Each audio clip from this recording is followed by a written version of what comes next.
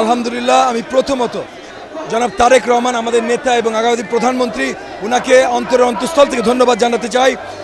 যেই স্নেহের সাথে ভালোবাসার সাথে উনি কালকে অ্যানাউন্স করেছেন যে আমি ওনার ছোট ভাই, এবং ওনাকে আমাকে ধানের শীষ ধরিয়ে দিয়ে যে আলিঙ্গন করেছেন, আমার অন্তঃস্থল থেকে বলছি যে এখন মানে উনার যে আমার উপরে বিশ্বাস, এটার মূল্যায়ন, এটার প্রতি সম্মান জানানোর জন্য জান প্রাণ দিয়ে জনতার জন্য, দেশের জন্য আমি কাজ করে যাচ্ছি এবং যাবো ইনশাআল্লাহ। এই মুহূর্ত পর্যন্ত নির্বাচনী পরিবেশ ঠিক আছে, শৃঙ্খলা আছে। কর্তৃপক্ষ, নির্বাচন কমিশন, রিটার্নিং অফিসার সবাই যদি তাদের নিরপেক্ষতা বজায় রাখে, তাহলে আগামীতে আমরা সুন্দর নির্বাচন, 12 তারিখে সুন্দর নির্বাচন পেতে যাচ্ছি। সব জায়গায় আমরা স্বতঃস্ফূর্ত সাড়া পাচ্ছি, জনগণের ভালোবাসা পাচ্ছি। এখনও দেখবেন লক্ষ জনতার মিছিল নিয়ে আমাদের শেষ র্যালিটা আমরা বের করছি। সো না, আমরা অত্যন্ত আশাবাদী ভাই।